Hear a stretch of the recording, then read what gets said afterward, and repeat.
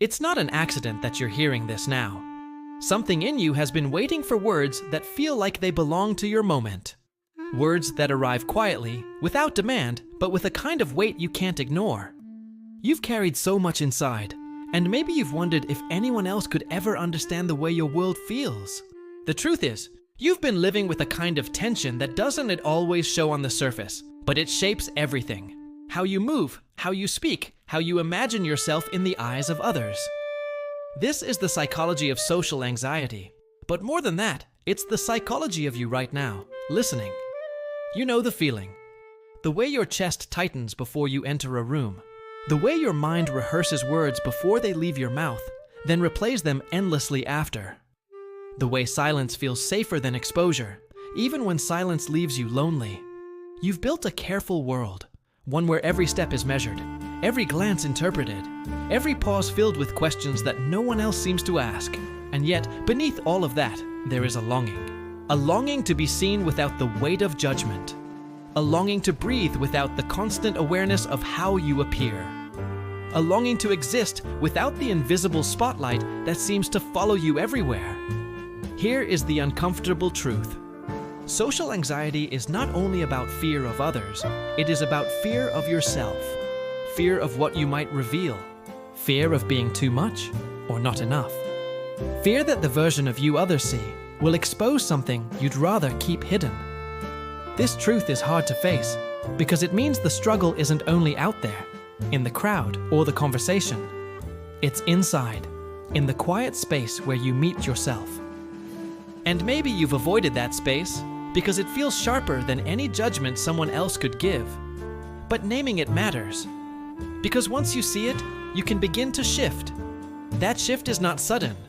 It doesn't come with fireworks or applause. It comes in small, steady breaths. It comes when you realize that the people around you are not mirrors. They are simply passing faces. It comes when you notice that the voice in your head is louder than the voices outside, and that you have the power to soften it. It comes when you understand that being seen is not the same as being exposed. That your presence in a room is not a performance, but a simple fact. You are here, and that is enough. Slowly, the spotlight dims. Slowly, the weight lifts. Slowly, you begin to trust that you can exist without constant defense. You may still feel the tremor in your hands, the rush of heat in your face, the quickening of your pulse. Those sensations are real, but they are not proof of weakness.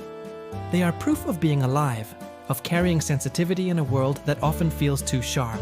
And sensitivity, though it can feel like a burden, is also a kind of gift. It means you notice details others miss. It means you care about connection, even when connection feels difficult. It means you are attuned to the subtle currents of human presence. And when you stop fighting those currents, when you let them flow through you instead of against you, something changes. You begin to see yourself not as fragile, but as deeply human. There will be moments when the old patterns return, when you feel the familiar urge to retreat, to shrink, to disappear. And in those moments, remember this. The discomfort you feel is not a verdict. It is not a sign that you are broken. It is simply the echo of a habit, one that has lived in you for a long time. Habits can be strong, but they are not permanent. With each breath, with each pause, with each small act of courage, you are rewriting the way you meet the world. And the world, in turn, begins to meet you differently. So here you are, listening, reflecting, maybe even feeling a quiet shift inside. Not a dramatic transformation, but a subtle loosening. A recognition that the fear you carry is not the whole of you. That beneath the anxiety, there is a self that longs to step forward, not perfectly, not flawlessly, but authentically. And that self deserves space. That self deserves air. That self deserves to be here. If something in these words has stirred you, if you felt even a small resonance, let it be known.